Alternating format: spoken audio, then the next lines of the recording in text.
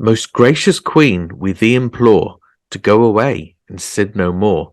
But if that effort be too great, to go away at any rate. Welcome to Coronation Catastrophes, a Royal History Geeks podcast commemorating the coronation of King Charles III and Queen Camilla.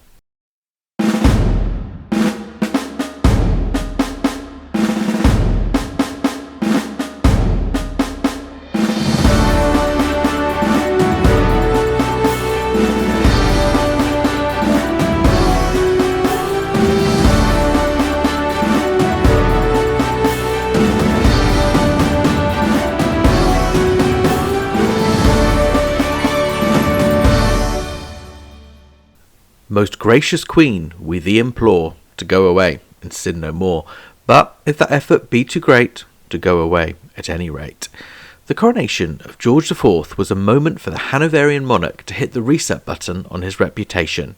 For much of his life he had been known as little more than a reckless, lusty and drunken prince of pleasure who had eventually presided over a contentious period of rule as regent during the illness of his father, George III. Now the stage was set for a remarkable and expensive occasion. Like all coronations, members of the royal household were charged with a weighty range of responsibilities.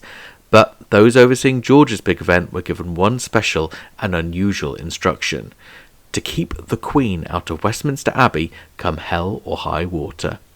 For 24 years, George had been married to a woman he had once described as his greatest enemy. Caroline of Brunswick was a brash, lively, but often popular character in the minds of the king's new subjects. Despite attempts to divorce his estranged bride, Caroline had evaded the case against her. Now, at George's greatest moment of triumph, she decided to show up at the Abbey and claim her place as queen.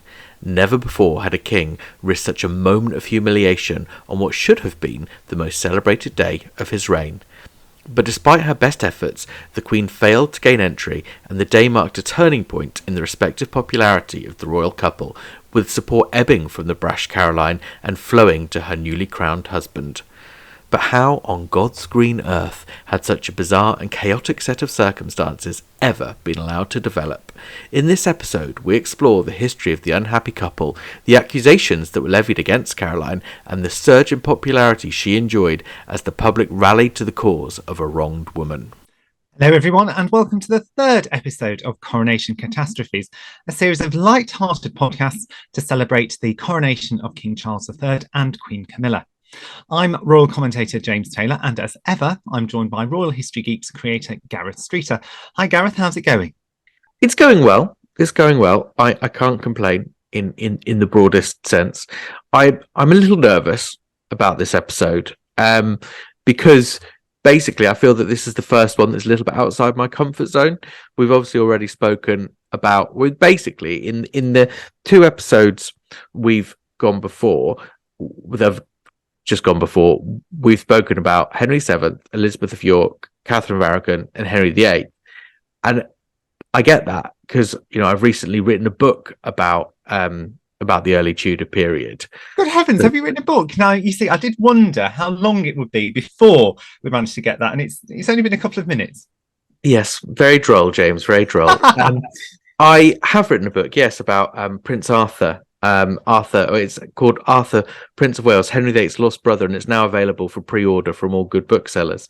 But as a result, I did feel well placed to speak about what we were speaking about, which is to say I won't have got some things wrong, and I'm sure people will tell us if we have. But I feel a little bit more out of my comfort zone with the Georges, I have to say.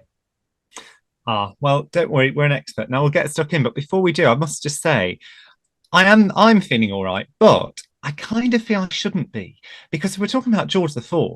I kind of feel that I should have been out last night and doing something terribly debauched and be feeling the ill effects of it now. And unfortunately, I wasn't. So, I kind of feel I'm not living You're not embodying the Regency spirit of debauchery. No, indeed not. No, I feel like if I'd been really method about this, I'd have been out and been with the champagne and dancing girls and all of that kind of thing, and I wasn't, sadly. You do need to commit to the role, but the night is yet young, so it could be that for the duration of this over this podcast, that the spirit of George IV, or indeed of Queen Caroline, enters you, and who knows what tales we may hear about tomorrow morning.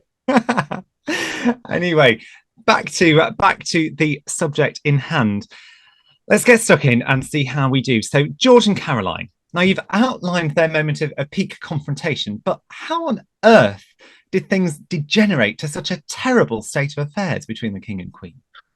Well, there's a lot of history to their relationship, and a lot of mistakes were made. But in one sense, it didn't so much degenerate, because degenerate implies that it was once in a better state, and it's collapsed or dissolved or gone backwards. It's not really the case for these two. They are their whole relationship really was characterized by mistakes and ill feeling.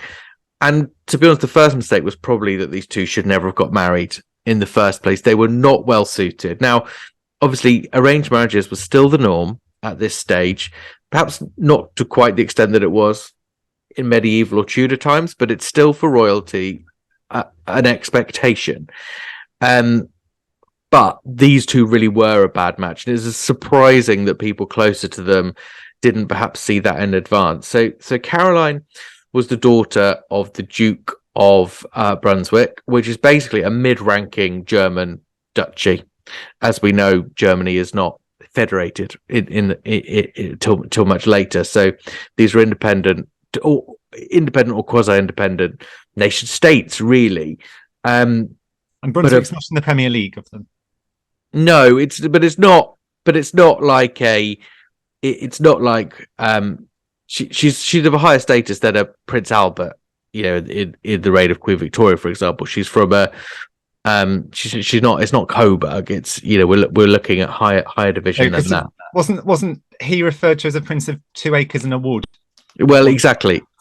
So she's in a much higher league than that. But her mother was George III's sister and favourite sister of that. So that, of course, makes the couple in question first cousins, which is really, yeah. But, you know, as we know, again, so were Victoria and Albert, weren't they? So were Victoria and Albert, and people are happy to overlook that bit for the romance that the story offers us. So yes, it clearly can work. George III wants his reckless son to settle down, get married, which is reasonable. Obviously, if nothing else, they've got to secure the succession. But even without that, that's what he believed would lead his son into a happier life of being a more successful Prince of Wales and ultimately a better king. And he wanted him to marry a sensible woman. And to George III, that meant Protestant, it meant princess, and it probably meant German. And given he was so fond of his sister, Caroline, who was getting on a bit by the standards of the day, she's 27 when she marries, which is which is older then than it is now, if you see what I mean. And it might be because there are rumours about her past, even at that age, that was deterring some husbands. Who knows? It's very difficult to separate fact from fiction when it comes to this kind of gossip. Yes, quite possibly. And or maybe a woman with just quite a coarse sense of humour, which may have backfired on her. It is possible that it's not a great deal more than that. George IV, or future George IV, let's call him the Prince of Wales for the moment because that's what he was, he agrees to it, not because for any other reason really than because he's in debt. He's often in debt, and he wants Parliament to give him more money, to grant him more money. And they are also of the same opinion of his father, that he would be a more worthy candidate as a solvent, worthy prince worth investing in if he had a sensible wife as well. So it's kind of a deal, and that's how the marriage happens, and it does not start off well at any stage. At no point is it good. Okay, now I'm not going to defend George IV or Prince of Wales as he was then. And I think that throughout this, we're going to see that he's not exactly the nicest of people. And I don't want to try and defend the indefensible. But I must say, I do have a degree of sympathy, a modicum of sympathy for him here, because surely he was already in love with somebody else, with Mrs. Fitzherbert. Well, yes.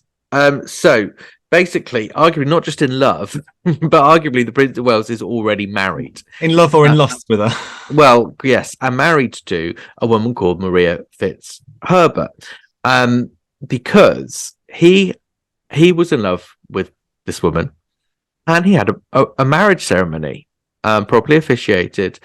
But because of the Royal Marriages Act, that wedding wasn't recognised by law, or at least not recognised by law in Britain. So should we, just for those of us who aren't necessarily aware of it, should we explain the Royal Marriages Act? Yeah, that's a good idea. Do you want to do it? I'll I'll I'll go and give it a go. So, the Royal Marriages Act was passed in 1772, and it was brought about because George III's two brothers had made marriages which he considered were inappropriate. So there was first Henry, Duke of Cumberland, and then also William, Duke of Gloucester, and they'd had marriages which had been performed in secret, been married, and they were married to commoners.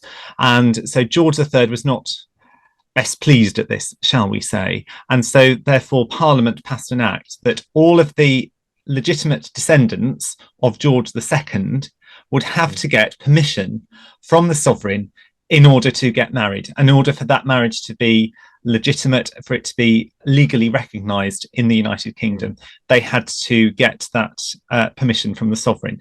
And that has been applied throughout the centuries since then. And so until very recently, in fact, anyone who is a descendant of George II would have to ask for permission. So even though the Hanoverian royal family had lost their throne and were deprived of their British titles in 1917 under the edict of George V, they would still petition the monarch for permission to marry. And so that again, as I say, was until very recently, until 2016, because the Succession to the Crown Act, based on the Perth Agreement at the Commonwealth Heads of Government meeting in 2011, removed this, and so it is now only the first 6 in line of succession who have to get the permission of the king in order to marry. So that would mean, obviously, Prince William is already married, yes, as is Prince Harry. So really, it would be William's children when they are old enough and they marry that will be largely affected by the terms of that act. And I suppose just thinking about the Royal Marriages Act, to put it in minds for. To put it in context in the minds of listeners, particularly those who may be fans of The Crown, the most high-profile victim, if you like, of the Royal Marriages Act in anything resembling recent times would be Princess Margaret, wouldn't it? Yes, it would, because, well, yeah, it wouldn't in the sense that she was given, because she didn't actually get to the stage where she was going to ask for permission, but it was made clear to her that if she did, if she was going to marry Peter Townsend in 1955, that she wouldn't be given permission. That the Prime Minister was Anthony Eden at the time, and who we must remember was in fact divorced himself, had made it clear to the Queen that the government would not be in favour, neither would the governments of the Commonwealth nations would not be in favour of Princess Margaret being allowed to marry. And so when this was made clear to her, then that, I think, had coloured her decision to then decide not to marry him. I'm not saying that was the entire reason, because I think she discussed it with Peter Townsend, and she discussed it with the Archbishop of Canterbury, because there was that quite infamous evening when she'd apparently gone to see the Archbishop of Canterbury and said, "You can put away your books, Archbishop," because the decision was already made. But yes, she would be the most high profile person who it was made clear that if she were to go ahead with that marriage, it wouldn't be recognized. She would not get the permission. It would not be recognized under the terms of the Royal Marriages Act, and it would be, in effect, even though we don't actually have such a thing under British law, it would be in effect a morganatic marriage, that it would not have been legally recognized. And also it's questionable for where she could have married, because that's also why it's surprising that because I was in Windsor at Easter, and I went on tour of the Guildhall, and so part of the tour you get to see the room where the current king and queen were married in 2005. But it was always thought that under the terms of the Royal Marriages Act, that members of the royal family were not allowed to marry in civil ceremonies in Oh, England. interesting. And yeah, and so that's why when the Princess Royal married Sir Timothy Lawrence, that Mm, their wedding took place in Scotland, and even members of the royal family who are not so high profile. So the current well, this is not under the Royal Marriages Act. Actually, this is under the Act of Succession, was where they were not allowed to marry Roman Catholics. But mm, so the current Duke of Kent's son, the Earl of St Andrews, mm. married a Canadian divorcee who happens also to be Catholic. Right, So they married in Scotland because they weren't right, right. married in they couldn't marry in church in England because she had previously been divorced, Mm. and they couldn't marry in In civil civil. ceremony in England either. So that's why they got married in Scotland. But of course, so that's why when the current king and queen got married and married in a civil ceremony, Mm, that's why it was surprising that it was in England, given that previously members of the royal family who had married divorcees had previously had to get mm. married in elsewhere. And I that's wonder why. that is interesting, isn't it? Mm, I wonder why they didn't just get married in Scotland.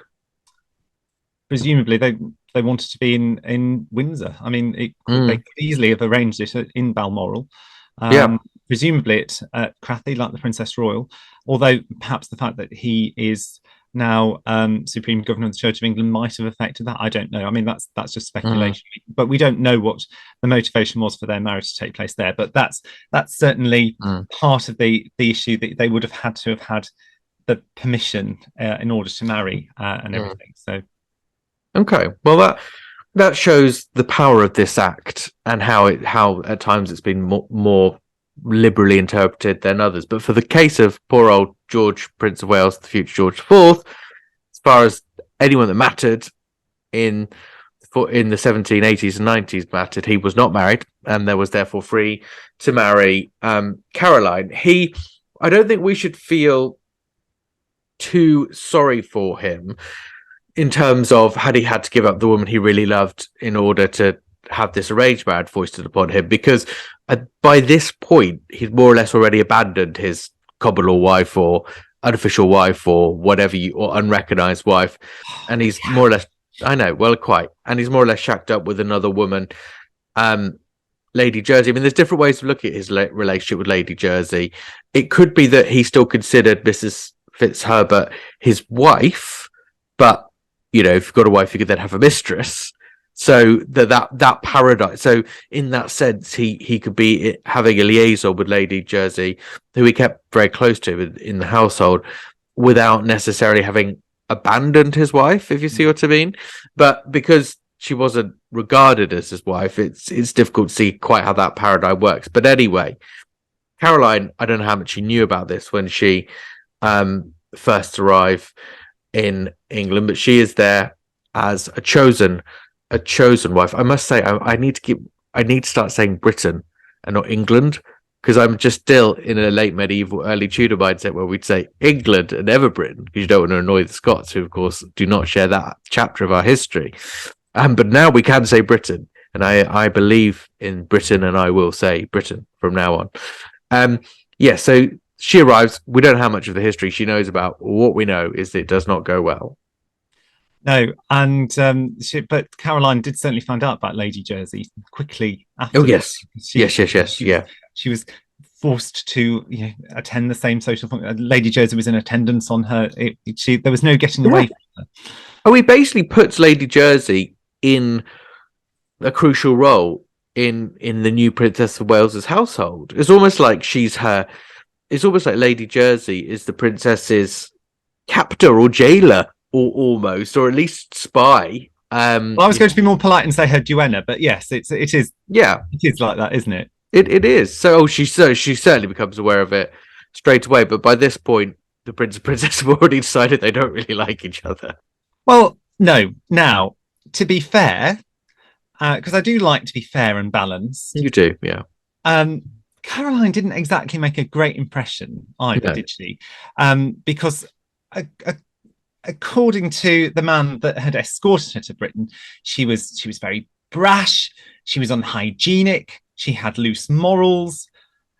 Was that fair? The Yes, I mean, this is where I knew more about social customs in terms of washing and stuff like that, because it could be that, and I don't know, perhaps someone could come in and tell us. It does seem to be more than one source that talks about her being unhygienic. Yeah. So it's not just something that the prince complains about. So it could, and they do go into detail as well in terms of not washing regularly, not washing her clothes regularly. And it could be that there's just different practices and not. I don't mean standards as in they've got lower standards. Just there's different expectations potentially. Different customs. Yes, in where she goes, and I just don't know whether that's true or not. So maybe someone can mention it in some sort of comment if they know. But that does seem to be fair. I think it's also fair to say that she was a brash, lively personality.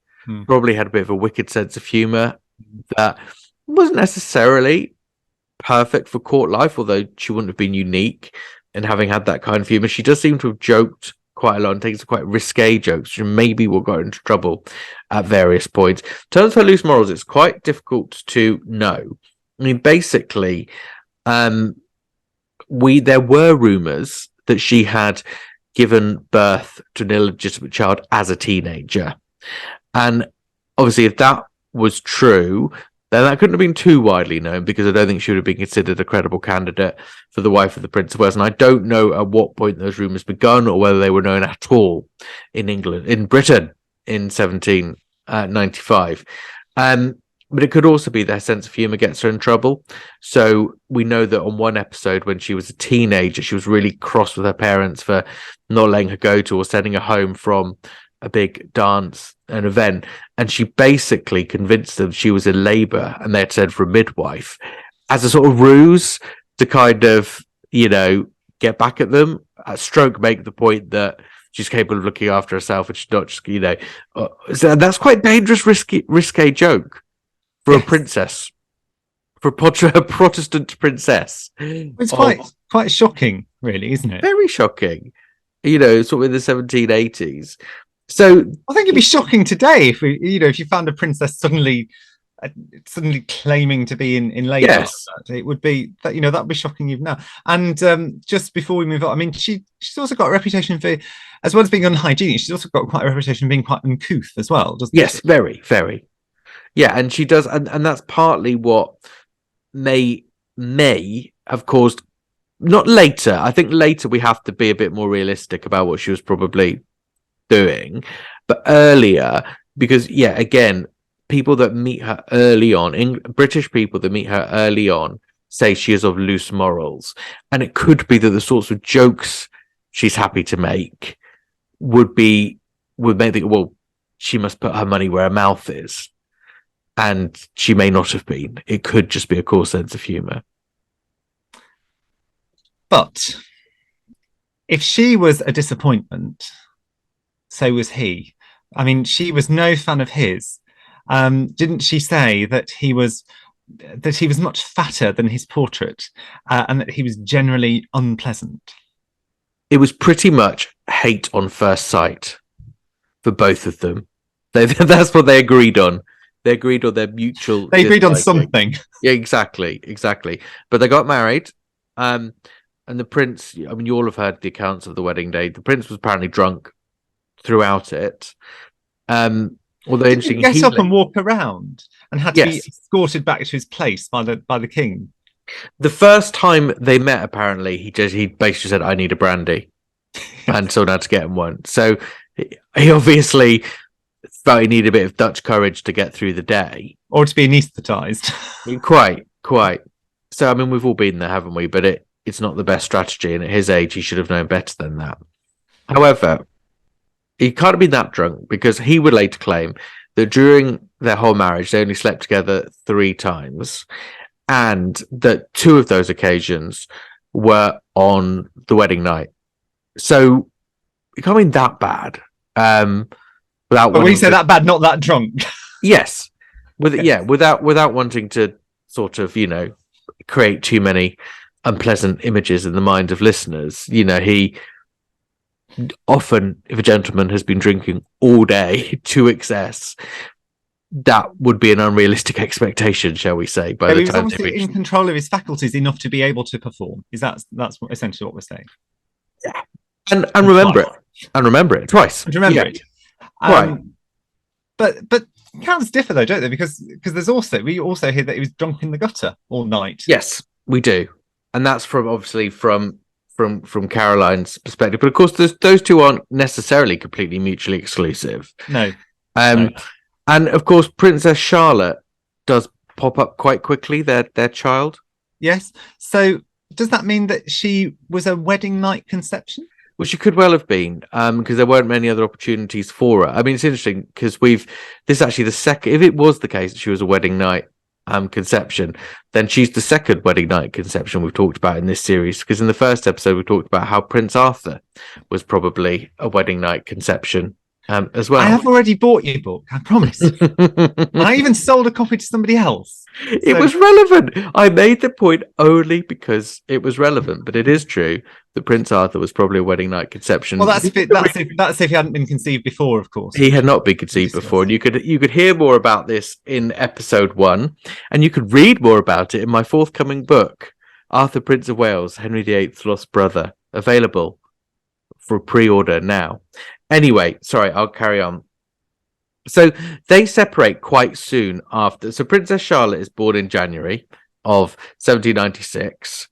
They've not been married very long at this point, and they separate almost immediately afterward. Really, from what I can tell, from mutual decision. They just recognise there's no merit in trying to live together anymore.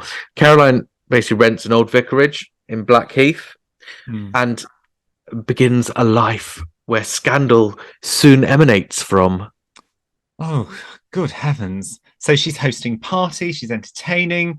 I mean, there's nothing improper about that in itself, but there were an awful lot of men around, weren't there? Including high-profile politicians, and they were all rumoured, or a lot of them were rumoured to be her lovers. Yes. Were they just rumours? Well, they might be. I mean, the thing with Caroline is it's not wrong that she holds court. That is what royalty do. And actually, if she is holding court, it sounds like she's having the right people, because she's entertaining Whigs and Tories. Now, that is what you're meant to do. So, in one sense, it could be that there's a degree of political savvy about what she's doing. But yes, rumours do crop up that some of these men are her lovers. Now, whenever politicians are accused of things by their opponents, that we have to apply that hermeneutic of suspicion. So we have to be a bit careful about that. But effectively, the real scandal comes when her next door neighbour, Lady Douglas, who she doesn't seem to get on particularly well with, basically reports her for having not just committed adultery, but to have borne an illegitimate child, and she reports Caroline for that. And so, what happens then? I mean, surely that's something that you can't just ignore. Something on that scale. It's one thing that that she's alleged to have had several male close friends. Let's be euphemistic and say, but quite another if she's actually born at least one illegitimate child. So how does the palace react? So the palace can't ignore this. So they set up an investigation known as the Delicate Investigation. To get, that's a euphemism if ever I heard one. Well, quite to get to the root of the issue. And at this point, Caroline is starting to make friends who can give her a bit more political support. So she finds a defender in the form of a chap called Henry Brougham, who at this point I believe is still an MP. He's a Whig politician and lawyer. He later becomes a peer, and he is a staunch defender of Caroline during this process. Well, she needs one defender, but surely that is on her part means that she's being dragged into the political sphere. Well, possibly yes, because Brougham is a leading player in radical reformist politics, and we won't necessarily go into all of that. now, but as people who know anything about this era will come in the years to come, not quite yet, in the years to come, you'll see the Great Reform Act, you will see the abolition of slavery, and you will see a big reassessment, to use slightly pretentious language, of Britain's social contract. And he's at the forefront of much of this. What happens, and I don't know how much this was intentional on his part or how much it's coincidental because of the association, is she effectively becomes seen as an advocate for that radical reformist political position, as opposed to her husband, who is seen as a resistor of that. So that means she gains an incredible amount of public support and goodwill. So is that justified, that public support and goodwill? Is it because she is actually supporting that cause, or is it simply at George's expense because he's seen not to be, so she's assumed to be? A bit of both. I think so. So first of all, I think her vindication in the whole delicate investigation is justified because they don't find that she has. I feel like we shouldn't actually be saying it. I feel like we should be saying. Well, I'm not a prude. She is. So they basically seem to establish quite well that this child is not her illegitimate child, the mother of the child in question. Because I should say as well, and I haven't said this, Caroline seems to have a bit of an unspent maternal instinct, so she doesn't get to see Princess Charlotte very often, and she takes in lots of waifs and strays, and either gets them adopted out to people she knows in her network, or she provides a home for them. And that's partly how one of these children comes along, tiny baby that she takes in, doing a good thing. That's partly where the illegitimacy rumor comes from. It may also be, going back to this core sense of humor, I have read in books that there is some speculation that she's playing a practical joke on Lady Douglas by saying it's her baby, because she did have this very risque, coarse sense of humor, and that joke really backfires on her. But anyway, the delicate investigators speak to the mother, the biological mother of this child. They speak to the servants. The servants all support Caroline. They say there's no evidence of any wrongdoing. And that's either because the servants close rank with Caroline, which would be a testament to the loyalty they have to her, or because it's true. So either way, I think she comes out of that quite well. And they basically say she's really brash and awful and coarse, and she shouldn't be, and it's terrible and very inappropriate, but there's no actual evidence of adultery. And when you bear in mind that... a bit of a backhanded compliment. Yeah, but you bear in mind that, again, compare this to Tudor times, where if someone went off to investigate the behaviour of a woman, that woman's never going to come out of it well.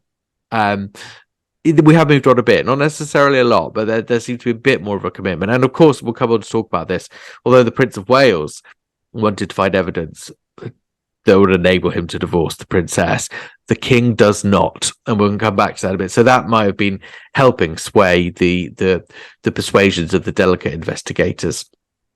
And anyway, but to go back to your question on political reform, I don't think Caroline was ever personally committed to radical reform per se. Certainly when it isn't working in her favour, there's no real evidence of her furthering any aspect of it, but she becomes a convenient figure.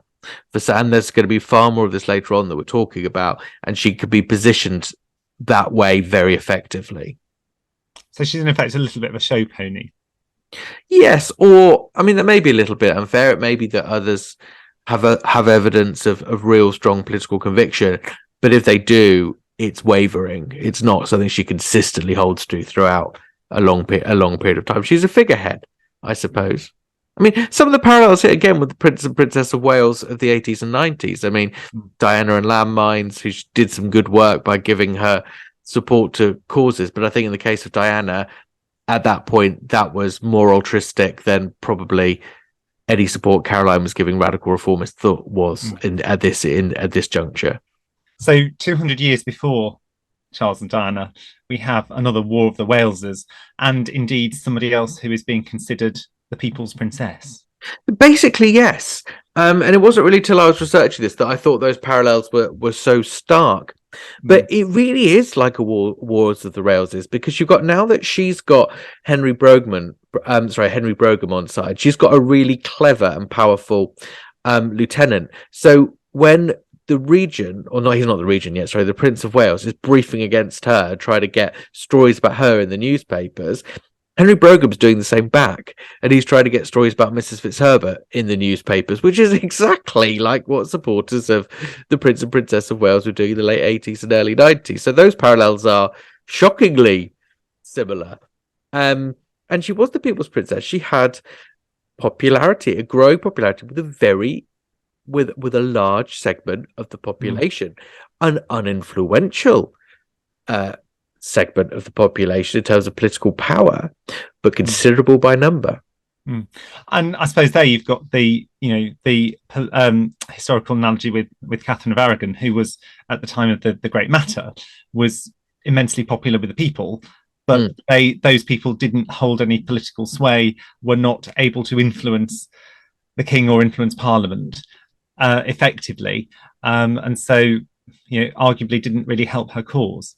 No, but the difference is now, as I say, we're on the cusp of the Great Reform Act. We're on the cusp of the abolition of slavery. Times are changing. Things are stirring. And the people that are, well, we must say there is a faction of the political class, Peers and Commons, who are of this radical reformist zeal, so they matter. But then the populace in the country that, for relatively obvious reasons, support it are also starting. Well, are they starting to matter? They're starting to matter is perhaps the best way of looking at it. Not that I consider myself any great expert on the politics of the 1800s by any means. So it seems then that Caroline is popular with a certain section of the populace, but it's not. I would be struggling to understand why she is personally popular, because if she is uncouth, she's unhygienic, she is very brash, she's making all these coarse jokes. Okay, some of that might be amusing, but it would probably wear a bit thin. So there's very little really in her to recommend herself. It's more because she's associating with the right people to become popular, and also because the Prince of Wales is personally unpopular. I think you're being a bit harsh. I think you're being a bit harsh. And I will be the voice of fairness for a change. We'll do a role reversal. I think so of course, in terms of some of the population, they won't see these negative aspects of her. Excuse me, because they're a little bit shielded from it. But also, I think because she was this lively, fun-loving character, she did break down barriers a little bit with people, and probably would have been seen as a bit of a fresh air by some. So not unlike the way the Duchess of York was first perceived when she came on the scene in the 80s. It was great fun and breaking down barriers, and exactly. And that didn't, as we know, with the Duchess of York, that backfired. Although I think she's done a good job of rebuilding things since then. But I think there was a sense that on public appearances, and then they didn't have the royal walkabout, of course, as we know that's a much more recent innovation. But there was a sense that she was a bit different, a bit more fun, and I think that did help her. So I think there was something about her personal qualities that helped emanate to this cause. But as we shall see when we go to talk about when there's next a major investigation about her, she's almost a cardboard cutout that radical reformists create into this character of reform by literally putting words into her mouth. But we do know that being popular with the people wasn't enough. But she does have another champion, doesn't she? She does. So the king loves her. We don't really know why, but the king is a big fan of hers. Now, when you consider what we know about George III, Farmer George, the family man, the Christian man, why would he like this coarse, brash woman? which It seems to maybe go against his character, doesn't it? yeah, and maybe it should. So first of all, maybe it should give us pause before just assuming that these accounts of her coarseness and the rest of it are 100% true, or at the very least, that was only one side of her. She may have moderated her behaviour with him, but of course we must remember that he loathed his own son. He did not like the Prince of Wales, who was never inclined to take his word on anything or his side of the story. And apparently, and I'm certainly not studied this in detail, but apparently he was very close to Caroline's mother, his favourite sister. Yeah. So he perhaps loved Caroline for the sake of his sister. And as we said, he hated the Prince of Wales. There's certainly no love lost between them. So that worked in Caroline's favour, presumably. I think so. So if he was probably always inclined to give Caroline the benefit of the doubt, and he knew. I mean, George, certainly at a later stage, Prince George, was having people spy on Caroline and stuff like that. So is that information honestly extracted that's trustworthy? So I think he knew that there would be more than one side of the story. Yeah. But the problem is, if your one supporter in the court is declared unfit to rule and loses power, you're in trouble. So Caroline finds in 1811, when George III is declared unfit to rule, that she's now on very shaky ground because she hasn't got her protector anymore. She may still have some popularity and some men of influence may be supporting her, but within the royal court, she's now without a protector. So the long and short of it is her husband's now in charge, king in all but name, but of course her status doesn't improve. She's not queen at this stage. But she agrees to go to Europe in exchange for £35,000 a year. So she's off in Europe, but more scandal awaits because she's free from the shores of Britain. And where does she go? She goes to Italy, doesn't she? Well, she does. She goes to all over. She initially goes back to Brunswick for a bit, but there's lots of problems there. So she sort of goes all over. But yes, mostly Italy, what we would call Italy. And that's where she hires this man, isn't it? Bartolomeo Pagani. Very good. I think that's how you say it. I'm not great on my pronunciations. Well, nor am I, so I won't attempt it a second time. When you learn through reading, you often pronounce stuff wrong. And we make fun of people that mispronounce stuff wrong. It means they've learned it from reading. Yes. Clever. We're clever. I could just say I don't chew my cabbages twice. I don't know. But anyway, he becomes the master of her household, doesn't he? And she's never free from these rumours, is she, of adultery? She's not. I mean, there's rumours that they are more than mistress and servant, shall we say. And I think there's probably a little bit, well, quite a lot more reason to give these rumours credence than other people. There does seem to be testimony from servants and other eyewitnesses that they are, well, certainly they're doing inappropriate things. So they eat together like a couple would in public. And that is not adultery, but it's unwise. It's unwise for a married woman. And then there are other talks of them being caught in states of undress, kissing. There was supposedly someone who claimed to have been in their service had drawn a map of the sleeping arrangements to show that they basically slept together, which apparently was disproved. So, this evidence is always difficult. Much of it was obtained relatively surreptitiously, but it does seem that the most likely reading of what we have is that they were lovers. But it does seem that even if she were innocent, she was somebody who was incredibly unwise or simply didn't care about propriety and about how things looked. That's certainly the image that comes down to us. Again, if it was the case that she made this joke to Lady Douglas about being pregnant, I've even read accounts where I've even read some accounts where, and I'm only hesitating because I haven't read them recently, so I can't remember what evidence was offered for how these were substantiated, but she even sort of did things like stuff a cushion up her dress kind of things in front of Lady Douglas to try and get her tongue wagging and then like the next day appeared with the baby kind of thing. And so there's that she's a real wind-up merchant. I'm seeing a theme emerging here. Yeah.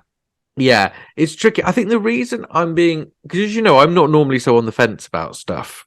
But one of the reasons I've been cautious is her husband works so hard to discredit her in terms of all the evidence. He pays spies to gather, and draws together, gets lawyers to pore over, that I'm just so mindful that so much of what comes down to us was obtained with a very clear agenda in mind. Yeah. That said, some of it is verified by contemporary news reports on the continent. So there are other sources that support aspects of it. And I think it's difficult not to have some sympathy for her because she's here. She's been rejected by her husband, although that's mutual. But she's living apart. She is a woman of note. She's alone. She faces all of these rumors. She's constantly being spied upon. I mean, she can't have had an easy existence. So I feel sorry for her for that. But I suppose where my patience is tested a bit is simply the fact that she seems to give those rumors enough credence for them to be believable, because she appears in states of undress. She appears in places where it's unwise for her to be, and with people it's unwise for her to be. So it's as though she either was just very, very naive, or she just thought, well, I may as well be hung as a sheep as a lamb. I think there probably was a bit of that. I don't know, because she it might be that because she'd always lived with these rumours in one way or another. And we have to remember, this is the Regency period. It's not a time. It's not Victorian England. No, it's not a time when everyone was pretending to live with these extravagantly high morals. Which isn't to say it was Dante's Inferno either. But it's not like, and her husband had very, very little grounds to lecture. No, I mean, no. And in fairness, we must say that as well as Mrs. Fitzherbert, Lady Joseph, he did have a string of lovers himself. He was hardly a model of propriety himself. No, and this was a time when royal men and even royal women, to some extent, had more skeletons in their closet. So there was a degree of that, and she may have just seen that all these rumours, because she'd always lived with them, had never really affected her popularity. So, or her support from some of the people around her. But yeah, we don't know. We don't know whether she was naive, bit silly, or very clever with it, and just decided she was going to do what she wanted to do. And we don't know. But I would say she certainly, regardless of the truth in the rumors, she certainly could have taken steps to quiet them down, and dampen them down if that had been her priority. But now, of course, this scandal and such misadventures, they can't go on forever. And by the time George IV becomes king in January 1820, Caroline then wants to come back to Britain and claim her place, what she sees as her rightful place as queen. But unfortunately, George doesn't agree. I know he does not. I mean, what we've got to remember is that sadly, by this point, their daughter, Princess Charlotte, has died. Yes. She dies in 1817. So had she lived, Caroline's strategy may have been, I'm not going to rock the boat too much with my husband and his reign, but hopefully he'll die quickly. Charlotte will become queen, and then I can return in style as a queen mother. And now I've got a future. It's worth. I mean, she wasn't behaving herself, but she was in England, in Britain, causing trouble. So it's kind of like, there's a reason to stay away and not rock the apple cart too much. Yes. Once Charlotte's gone, and there's not really any reason for her to do that. It's now or never. She either comes back as queen, or she can't come back at all. And she's coming back. That's what she wants to do. And knowing that she had some popularity must have meant that the new king, George IV, was quaking in his boots a little bit. And she's kept that popularity even though she's been on the continent for all these years. Yes, she has. And we see that when she comes back. There's riots in her favour. But George isn't exactly keen to acknowledge her, though, is he? Because he strikes her in the prayers that are written at the beginning of the reign. Because we always have the state prayers for the royal family. She's kept out of them. Her name doesn't appear, and even when she's in Italy, he asks the Pope not to receive her as queen. He does not want her to be known, seen, heard at all. No, I mean, it's a big deal being struck out of the liturgical prayers. I mean, I'm not an Anglican, but you will know every week in church the standard prayers for the royal family. Well, I mean, I'd be surprised that many churches actually do read them every week, but certainly if you are in a church that has services to the Book of Common Prayer, so 1662, then if you have either morning or evening prayer, the matins or evening prayer, or even song, depending if it's song, you will have those prayers for, "Oh Lord, save the King," and bless his ministers with righteousness, and all of that. And then there are the prayers for the royal family, which you then have in full. And it does name certain members of the royal family. So it's not every member of the royal family, but it's usually the sovereign, the consort, the heir, and the heir's generally wife. So at the moment they would pray for the king and the queen and the prince and princess of Wales. Yeah, that's right. Yes, so, and any when the Queen Mother was alive, she would be prayed for. Yes, So any and so later in Queen Victoria's reign, they still pray for Queen Adelaide as Queen Dowager. Yes, so they're probably prayed for consorts. For the Queen Dowager. There's sort of the Queen, the Prince Consort, the Queen Dowager, the Prince of Wales, and all other members of the royal family or something. Yes, because I remember it was a big deal in the 90s when post-divorce Diana got dropped from the prayers. Yes, I'm old enough just to remember that, because it did say the Prince and Princess of Wales, and then it was changed to simply Charles Prince of Wales. Because I remember when I was confirmed, I was given a prayer book as a confirmation present, and that was when they were still together, and it was the Prince and Princess of Wales in it. And did they, when Camilla married, did they change? Was it the Prince of Wales and the Duchess of Cornwall? No, it wasn't. It was just left as the Prince of Wales, but she is added in now.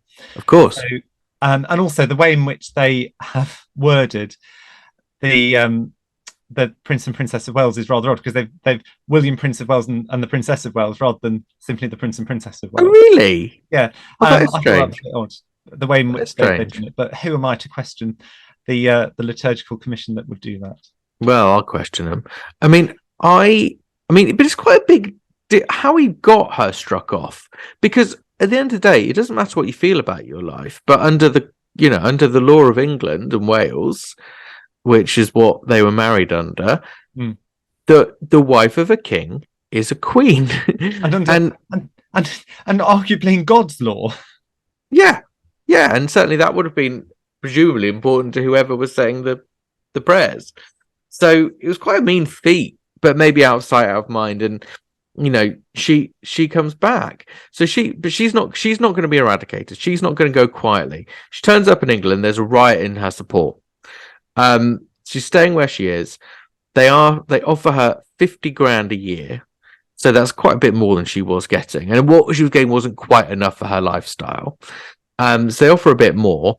And they might have thought, oh, that's why she's doing it. She'll see if she can top up the old annuity, and off she goes.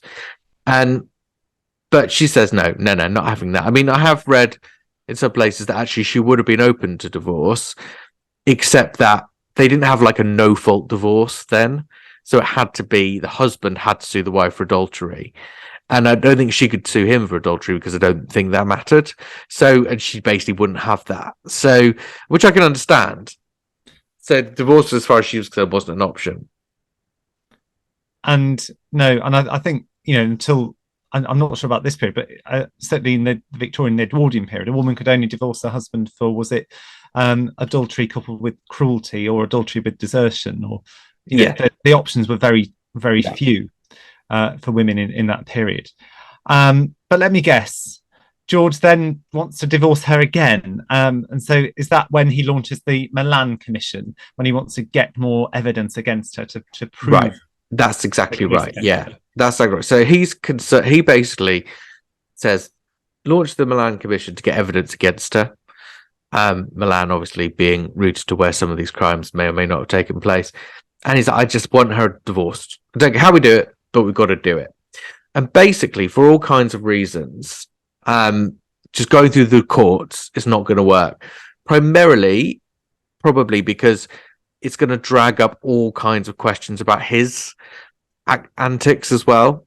Bring back all the stories of Mrs. Fitzherbert, of everything else, and that's going to be humiliating. The Church of England were dead against, the idea of that kind of divorce for the man that's now meant to be the supreme governor. And they were not by any means sure they had the evidence to secure it. And that, again, should give us a bit of pause to think, this evidence, if they weren't sure it was court ready, how quick should we be to convict Caroline of anything? I mean, it's interesting. Some historians do say, yeah, for all kinds of reasons, it might not stand up in court, but we really, as historians, we can be quite clear that the different sources that say the same things, she was guilty of adultery, or she had relationships with other men. Maybe guilty of adultery is quite a loaded, values-driven term, but she had sexual relationships with men that weren't her husband. But I'd have to defer to them on that. It does seem that there's different opinions around. But anyway, so he decides, okay, we can't go through the courts. That's fine. I'm going to get a divorce put through Parliament. So, intending to Parliament, I mean, that's rather like Henry VIII, isn't it? And when he launched his bid against Catherine of Aragon. Yes, Henry VIII, brother of the often forgotten Prince Arthur Tudor, who not forgotten by you, evidently. No. Sorry. Yes. Available for pre-order. So a bill is. I have already bought it. I promise you. Yep. I hope other people, other than you and me, are actually listening to this. I appreciate it is quite possible that this is just we didn't need to record this. It's just been a phone conversation. But I hope other people are listening as well, and will consider pre-ordering the book by Gareth Streeter. Anyway, so what's it called again? Just for anybody who missed it. Oh, Arthur, Prince of Wales, Henry VIII's. What's it called? Henry VIII's lost brother.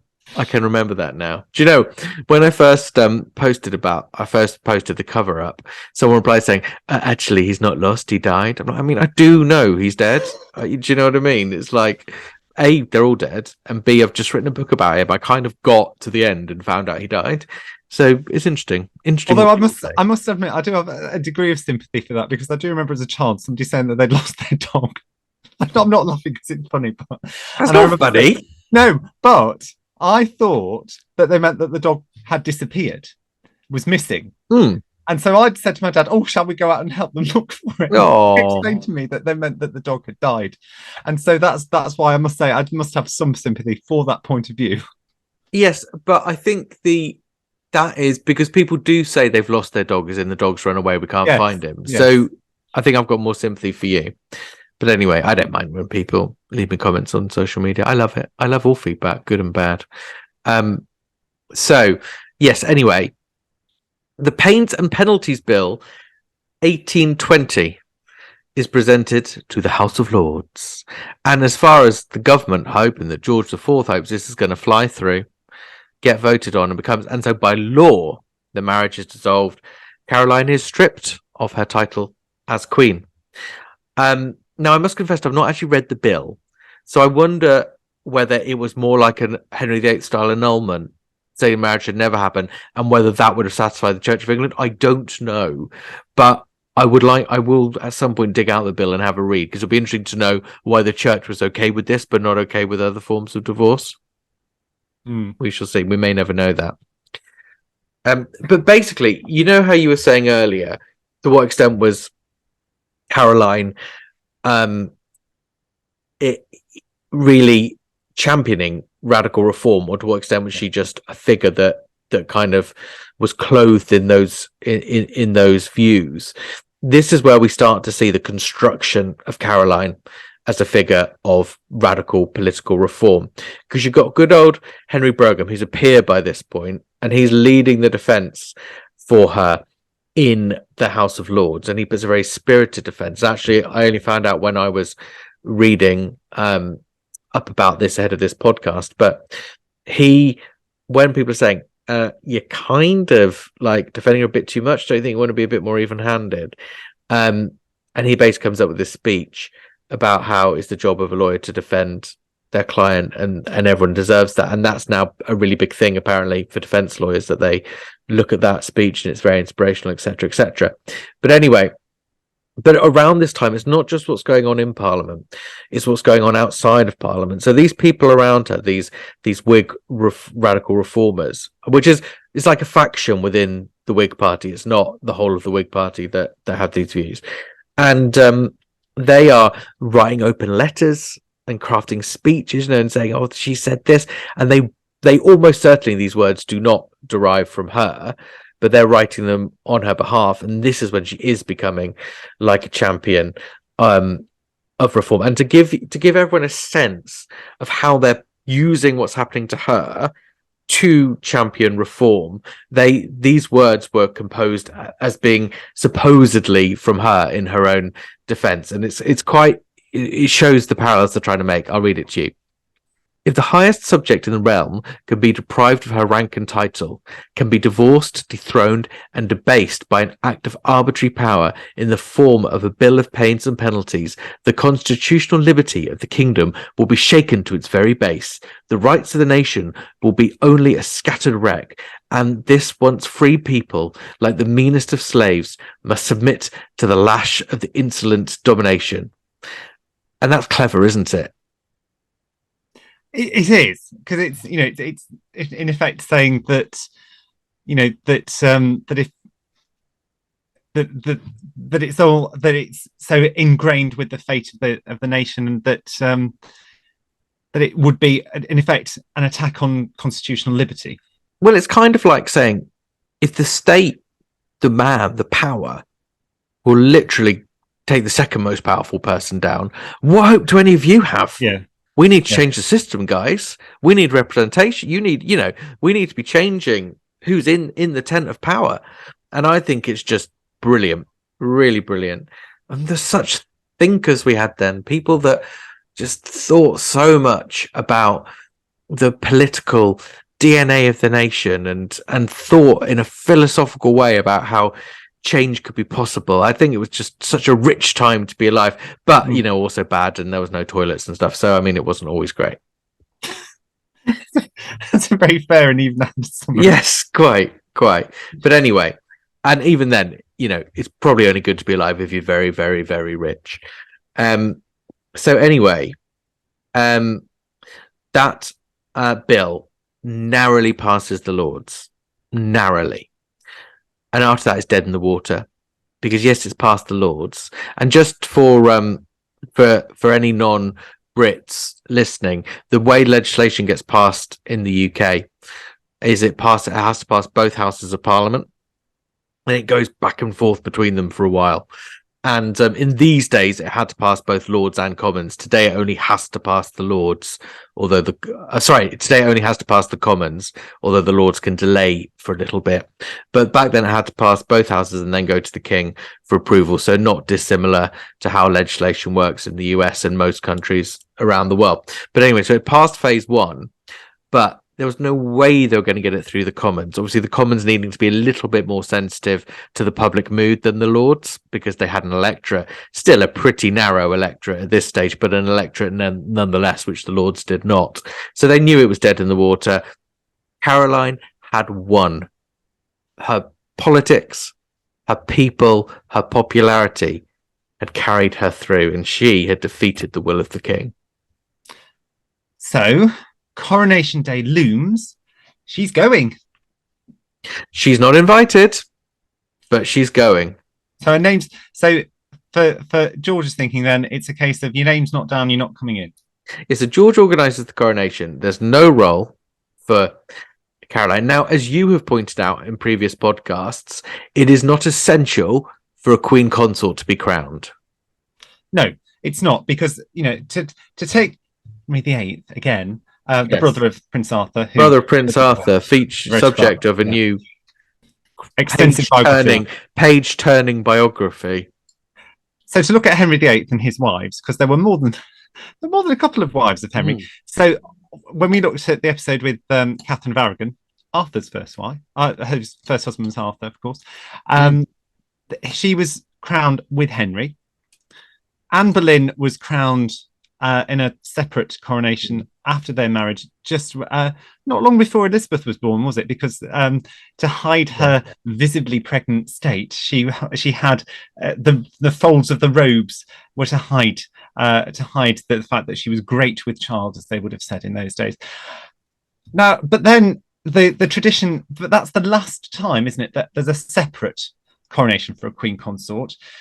Jane Seymour, there are tentative plans for her coronation, which are delayed probably because of the plague and then also because of her pregnancy. So had she not died soon after giving birth to Edward VI, or the future Edward VI, she may have been crowned. We don't know because the plans were never progressed more than that preliminary stage. But of course, his subsequent wives are never crowned. And there's not any real suggestion that any of them, that there were ever any plans put in place that they would be. There's not. So it doesn't affect the notion that the person is in fact the true queen or the true consort if she's not crowned. Are there any examples in history of a married king, so he's already married as when he ascends, being crowned without his queen? Charles I and Henrietta Maria. Okay. She wouldn't accept an Anglican rite.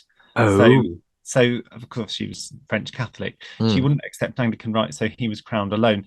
But funnily enough, their second son, James II, was married to Mary of Modena, his second wife, at the time that he becomes king and at the time of the coronation.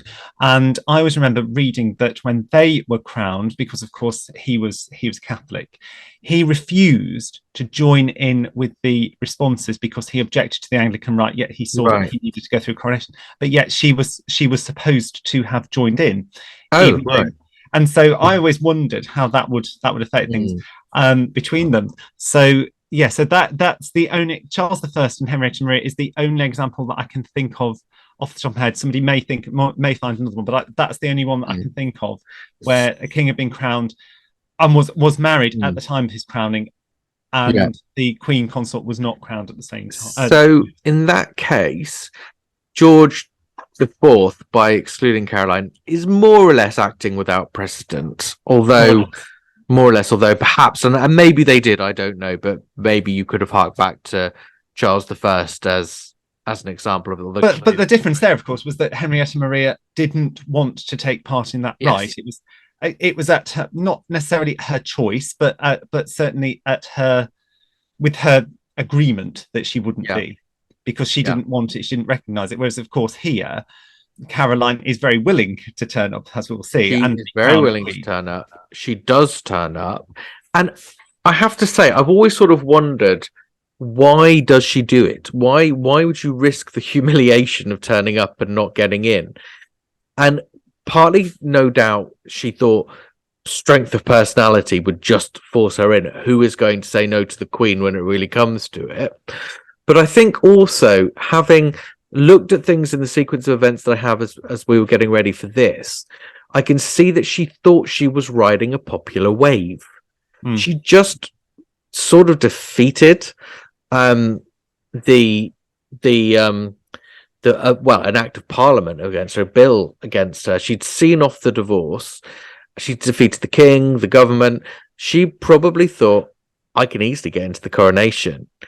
One mistake I think she probably made is her reformist supporters, as in the big clever Whig men who'd helped her very much defeat that bill. They didn't think she was doing the right thing. No. In turning up at the coronation. So I wonder if she maybe didn't realise quite how much she needed the sound judgment of people like that. I don't know. But I can see now more why she thought she was going to get away with it.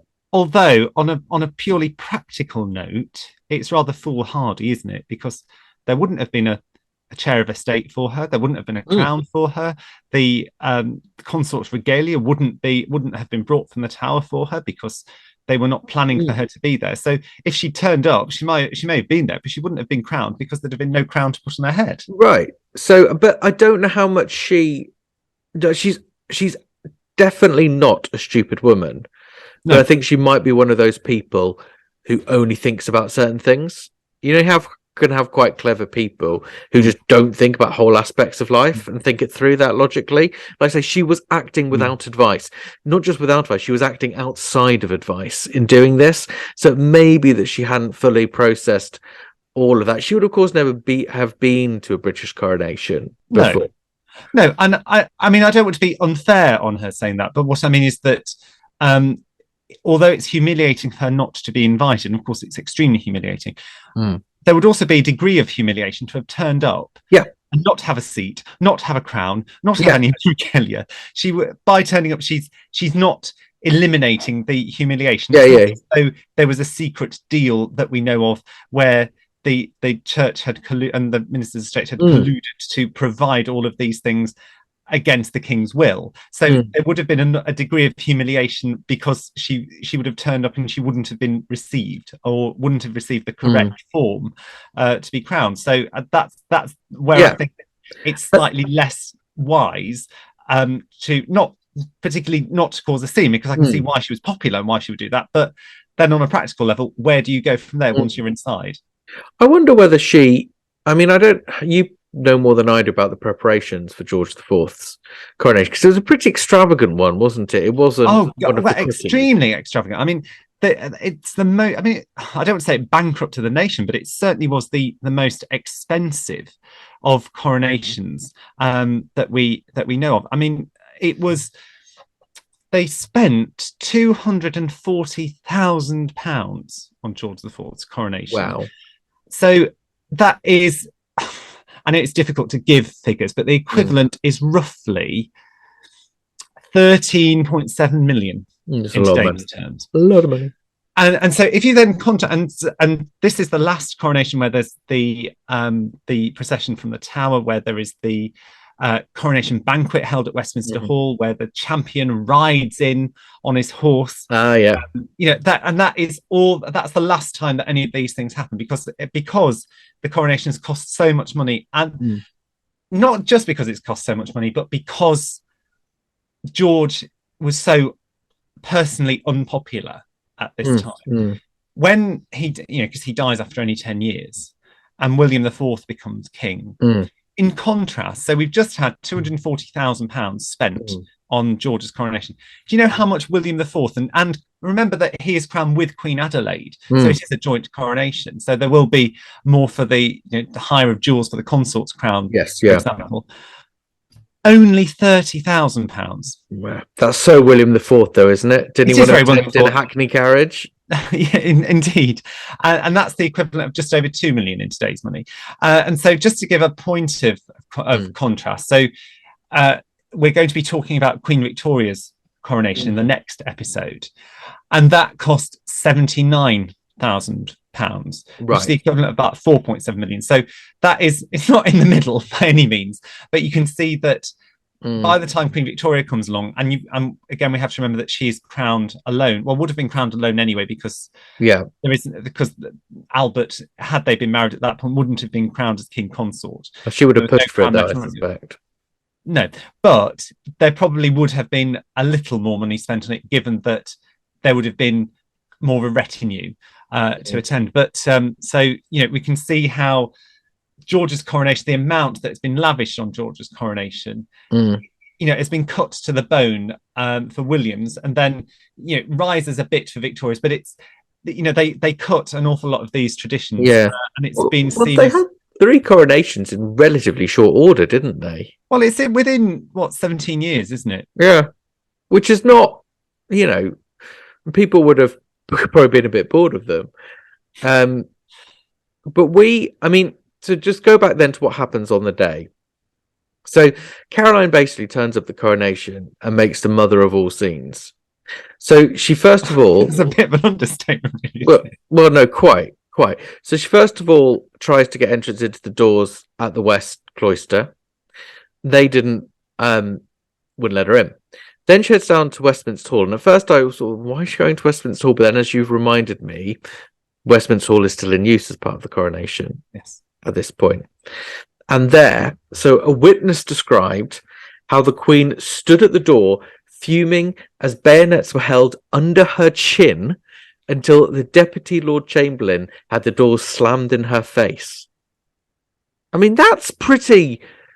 I mean, obviously today you'd just be like, that's your picture. Yes. And you just thinking of in today's mass media world, how much that would have overshadowed the coronation, because that's the only picture that's getting on the front page of any newspaper in the world. Yeah. Yeah. You're not going to see George with his crown, are you? After all, you are not. You're going to see the Queen with a bayonet under her chin. It's like, I just love that detail. It's not even like toward her, but under her chin, as in take one move forward, and then the door slammed in her face. That's a story. It is, and but that's when I hesitate to say that's when her popularity, she loses all her popularity. It but is. certainly she's No, not well received at this point, is she? she's not. So she, like I say, the people that had been advising her do not think she should have done this. And I think she's misjudged what her popularity actually is.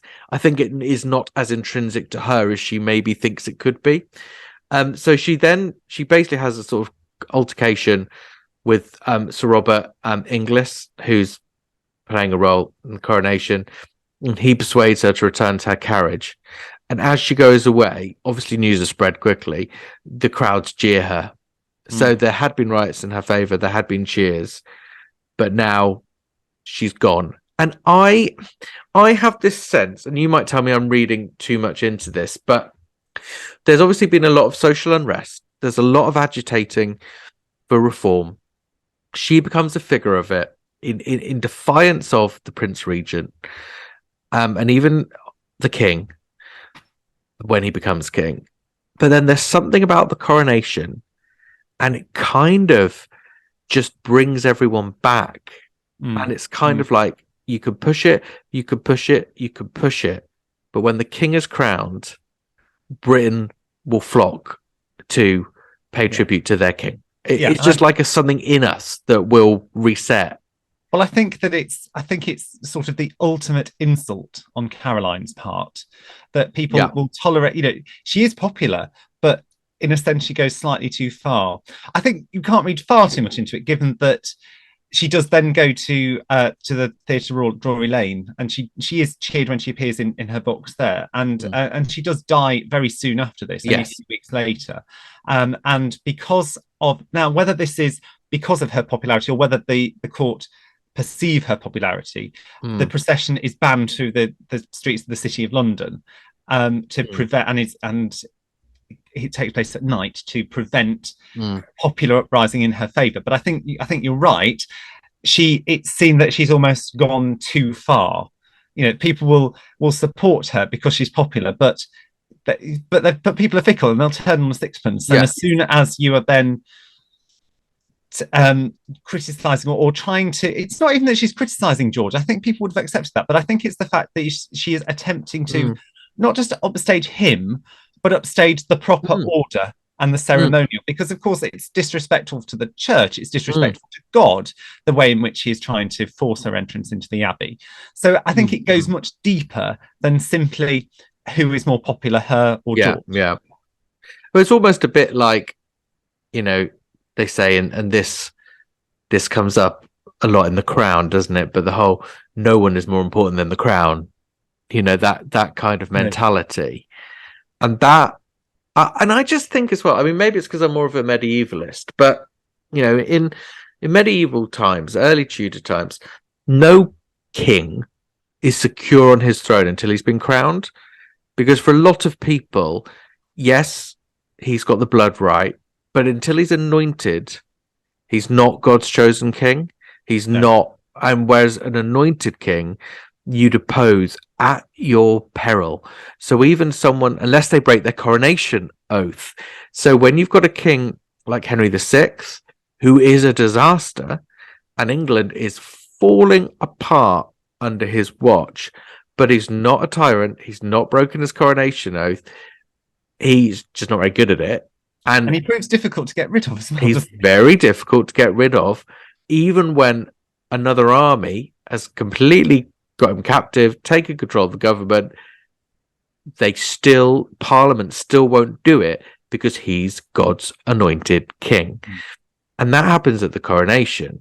And I Yes. just have a feeling that maybe with someone like George the Fourth, there might have been a bit of early disruption, but now this is the moment where he becomes God's anointed king. And I wonder, I think you might think I'm leaping around too much, but with what we've seen with Charles, we saw Yes. good succession, very good first few days, but there has been murmurings that there were always going to be in these early months Mm. with, let's do a survey and find out how many people want a republic. Always turns out it's not that many, but young people do. Young people are very worried about the monarchy, and these protesters that are turning up to different things saying, not my king, not my king. And I Yes, just wonder. I've encountered a few of them at a few things that I've been to quite recently as well, because I was at Westminster Abbey for the Commonwealth Day service. There were quite a number of them there, and also at York Minster for the Royal Maundy last month. And so there in particular, I think it's fair to say there were about 30 or so of those protesters, but because they were all in their yellow hoodies and they'd got their placards and they'd got their loud hailers and they were all chanting, they did get an awful lot of attention. But when you think that there were then thousands of people who had turned up to cheer the king and queen and to see them, and I suppose it's a bit different for people like me who try to go to as many of these things as you can. But when you saw the number of people who were from the area, from York and North Yorkshire, who had turned out, because for them it was a big deal that the king was in their city, and certainly the number of children with flags waving them, it really was. They were not just outnumbered, but wildly outnumbered. There was no comparison. But because they were quite noisy, they of course get a lot more attention than is proportionate. Yes, they do. And we're tolerating it at the moment. That's sort of what I mean. Like, I'm the most monarchist ever that you could ever be. But even I will accept, with the death of Her late Majesty, there's an element of it will never be quite the same again. Some of it was connected to her personally. And I think we've sort of had that acknowledgement over the last few months. And we've tolerated the attention given to these protesters. And I'm not suggesting they shouldn't have the right to protest, but I don't know that we need it talked about in the news. But as you say, it's only a handful of people all the time. I think that's going to change as the coronation happens this week and our king is crowned. I think Britain will rally to her king, as she always does. And I think we're going to see more intolerance to these time-wasting protesters. I would say that it probably will fizzle out, because when you look at the number of people that they are expecting on Coronation Day at Trafalgar Square and at other points on the route, you look at that, and yes, they're expecting more than 1,000. But when you compare that to the tens of thousands, and the other thing I would say is that, yes, a lot of the popularity for the monarchy was due to the late Queen. And, she was somebody that I had loved, respected, admired since I was a small child. I can't remember a time when I didn't. But, having gone and to see the procession for the lying in state and again for her funeral, I mean, on the funeral day, there were so many people I've never seen. I mean, I've been to quite a lot of occasions in the Mall over the years, but I've never seen as many people as there were on the day of her funeral. And so many of them, because they broadcast the service on loudspeakers, openly weeping in the streets. And that's not, and yes, that's partly because they felt a connection to her as an individual, but it's also, I think, because there is a connection between the head of state and the people that go along to, because they recognize that is somebody who is above politics, is above everything else, and is, even if you don't believe in God, the fact that person is set apart and is crowned and is anointed, I think is symbolic. And so it is something that people will recognize, even if, as I say, even if they don't necessarily believe in God, there is that element that person has been. But it's about something that's bigger, isn't it? So even if you don't believe in God, it's about having something that's not just like everything else. And monarchy points toward that otherness, that's something that it might be a bit more than just daily life. I mean, I think what a lot of Republicans misunderstand is they do have, you and me are both Democrats, believe in probably a lot of egalitarian doctrines. But what I think, so when Republicans make these very intellectual arguments against monarchy, I kind of get it on an intellectual level. But I think what they forget is that human beings are not just intellectual beings. We are also tribal, instinctive parts of a clan. And of course, we don't let those instinctive tribal parts of our clanness kind of predetermine or dictate all of our decisions. And it would be a very bad thing if we did. But just occasionally, you need that aspect of coming together, saying we are a clan, that is our leader, and we are going to be loyal to our leader. And monarchy is by no means the only way that we can have it. People have it with football, people have it with all kind of sort of other things that they support that's outside of themselves. But monarchy is such a great unifier of that everyone can share in it together. And I think Republicans misunderstand the power that brings to a society. Well, the monarch is not just head of state. The monarch is also the head of the nation. And I always used to refer to the Queen when I was asked about it, that she was the mother of the nation. And certainly when she died, it was as though the nation had lost its mother or its grandmother figure, because I think everybody will associate with the monarchy in different levels. Even people who don't particularly like the monarchy do. You live your life by the fact that this person was here I remember them at this age. I remember absolutely where I was when they got married. I remember where I was when he became king. All of those things, they're all markers in our lives. And so I think that there's that connection. But I mean, going back further than that, there's almost the two bodies of the monarch, aren't there? In that there is the earthly person, but then there's also the celestial being once they've been crowned. And so there is it's that feeling that person is set apart and is there, but it's also somebody who is, as I say, because of the father or the mother of the nation. There's that connection there, and it's seen that person is acting on our behalf, and that there's that connection. And all I would say is that if you look 20 odd years ago, and it was the Queen's Golden Jubilee, there were reports that was going to be a great failure, and there were debates about what is because the Silver Jubilee had been 25 years before, and of course there'd been all of the breakdown of the Queen's children's marriages, not just Charles and Diana, but Andrew and Sarah, Anne's marriage as well, and of course Diana's death. And so there was all of those things that happened in the few years prior to the Golden Jubilee, and there were lots of speculation that it was going to be a damp squib. It turned out to be a great success, as was the Diamond Jubilee, as the Platinum Jubilee. So I think that before all these events, there's always a sense of, is this still relevant to us? Is this going to be a success? Do people care?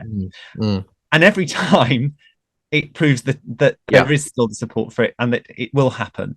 And so I think that you're right, going back to George and Caroline, there was that sense that she had probably pushed the envelope that bit too far. George may have been unpopular, but he was still the king. And so by disrespecting him, yes, they may not have liked him, but it was also disrespecting the proper order, and it was disrespecting God by going to and trying to force her way into the ceremony. And so I think that's where she lost some degree of public sympathy. As I say, not all of it, because as I say, she was cheered when she went to the theatre and whatever afterwards. So I don't think it's fair to say that she lost all her public support. But certainly I think that she was seen as having gone that step too far, and that the link between crown and country was still intact, and more so than you would have imagined, given George's personal unpopularity and that of his brothers as well, because it wasn't just him. It was an era where the royal family were not necessarily popular. I mean, Princess Charlotte was seen as a great hope for the nation, I'm sure, on her death. Then that had affected the way in which people had viewed certainly the future. And of course, that's why so soon after her death, we have the great marriage race, which if eventually led to Queen Victoria's birth. I think as well, it's very interesting that I think because so many of us, like me, skip from the Tudors to Victoria. Forget what's In in terms of, between. yeah, that we like the sort of narrative around the early Victoria reign of the Hanoverian uncles had really tarnished the crown with their debauched ways. Victoria comes in with Albert and restores it with a sort of family monarchy. And I think that is true. I think that narrative is valid. But actually, this shows that relationship that you talked about, that relationship between monarchy and country, is actually still at the heart of national identity. Disraeli, later in the century, would build a whole political career effectively on that relationship and harnessing that. Mm. And I think we're about to see this week that relationship is very much alive and well, and that while much died with Elizabeth II, that core connection between crown and people has not, and in fact had it would not really be a great tribute to her life's work. No, and going further than that, I mean, what would be the one thing that she would have wanted to see? It would be her son secure on the throne after her time. And so I think that, I mean, I still can't help but think it's I still find it difficult to believe in some ways that she's gone, just because she was such a big part of our lives. And certainly near where I live, one of the local parks, there's by the War Memorial, they've got displays, and they've got the guardsmen, and they've got the King and Queen in the centre, and they've got C3R, and they've got the dogs there.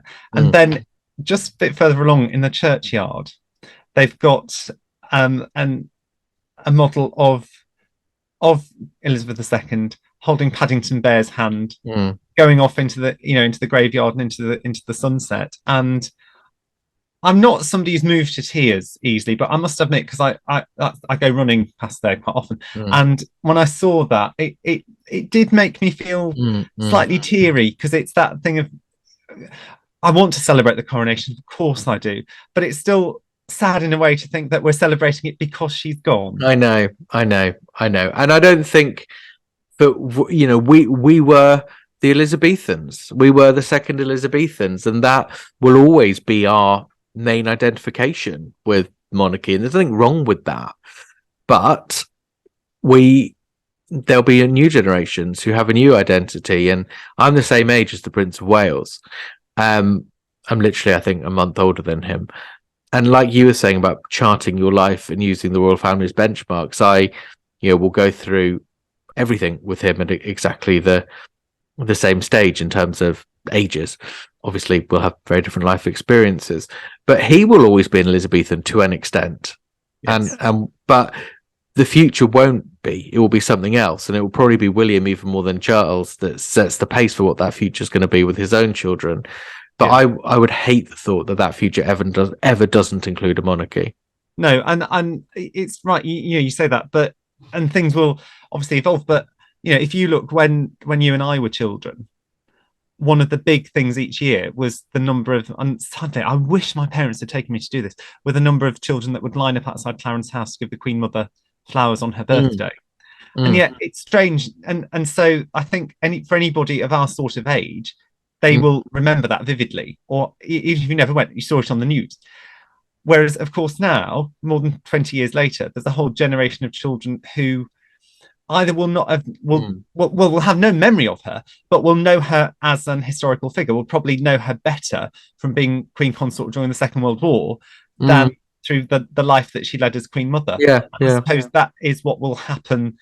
In future generations, people will remember Elizabeth II, but they won't have that say.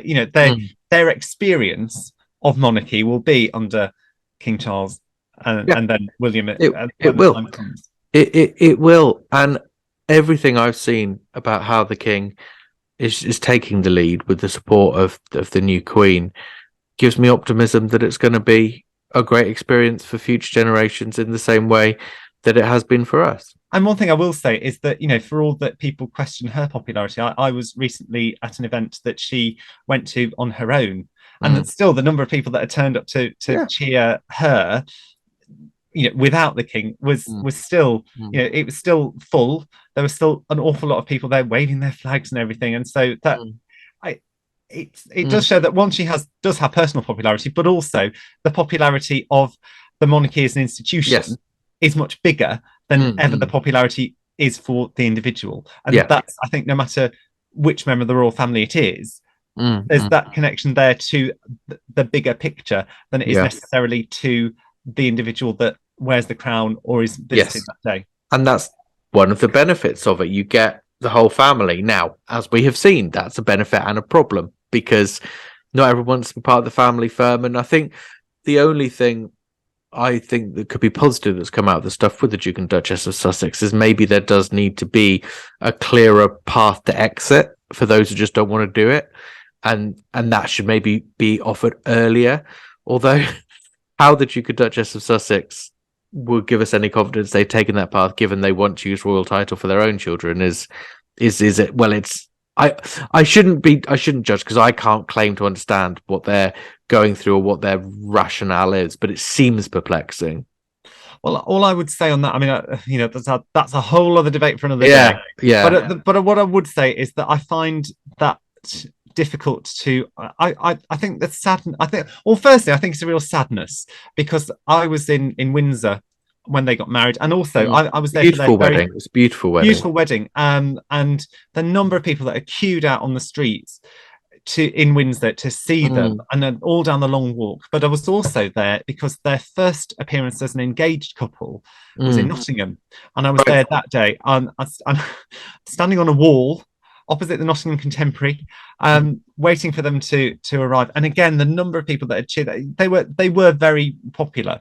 I don't want to get into were they more popular than the current Prince and Princess of Wales, because I don't think that is actually helpful. And I think it's extremely. No, it's not. It's not how life works either. No, but I do think that it is fair to say they were extremely popular. And I think that Prince Harry had done so many good things. He'd done some brilliant things. And so had she. I mean, this was so frustrating. They could have been such a benefit. And so that's why it's such a sadness that they are no longer there. But the thing that I don't understand, or find difficult to understand, is that if the institution, as they call it, or the firm, as again they call it, is so toxic, why they want to have titles for their children. I know that it's their birthright, and it is their, they are legally entitled. It is their birthright. I want their children to have titles. Don't get me wrong. I'm all but I can't understand the motivation why you would want that if it is as bad as you say it is. Why would you want to do it? Doesn't make any sense, because the whole premise of Harry's book Spare is that if you're in the royal family but you don't have a clearly defined role in it, it's more of a curse than a blessing. Yes. And I can understand that. I don't think it's an unreasonable thesis. No, and indeed, when I've been asked on the radio before, I've been asked about Princess Beatrice and Princess Eugenie, and I've always had a degree of sympathy for them in the fact that they do have the stars and titles, yet they are not working members of the royal family, so they're not carrying out engagements. So they have then to go and make their own way in life and have their own jobs and whatever. But then they're criticised for cashing in on their royal connections. Yeah, quite. They can't win. So having the titles can prove to be a millstone round the neck. And you know, if you look at the current Duke and Duchess of Edinburgh, when they got married, the difficulties they had in sustaining their own careers, and so they did become full-time working members of the royal family. That was the solution for them, that they came into the fold rather than out of it. Yes. So it's not easy, and it is fraught with problems. But I do think that if you're wanting to reject the whole system, then keeping the titles and wanting them for the children just seems an odd way in which to do it. I agree. It's odd. Well, Your Royal Highnesses, if you're listening, do feel free to leave a comment to tell us why we're wrong, because I think both James and I would say, while we've struggled to grasp why certain decisions have been made, we generally are aware that we don't have all the information or know what it's really like to live. No, and I should point out that I certainly feel, and I think you feel the same, that we're not trying to second guess or overanalyze them, and also that I think that we both have a degree of sadness that things have turned out the way they are. It's not, it's not as though we feel that it was inevitable, or that it's or that there are a lot of people out there that criticize them, and I think that some of that criticism is unfair, and I do try and be fair and balanced. Much of it is unfair, and actually, at the point where they first announced they were off, at that point, I was still very much in there. I don't want to talk about being in their camp or being on their side, because it's not. I'm not. It's not that I'm not on their side now, but I was very defensive of their position because they're like, all right, they tried it, it didn't work out. If you're going to be a family business, there's got to be an exit clause. It's going to happen. It's going to happen probably each generation.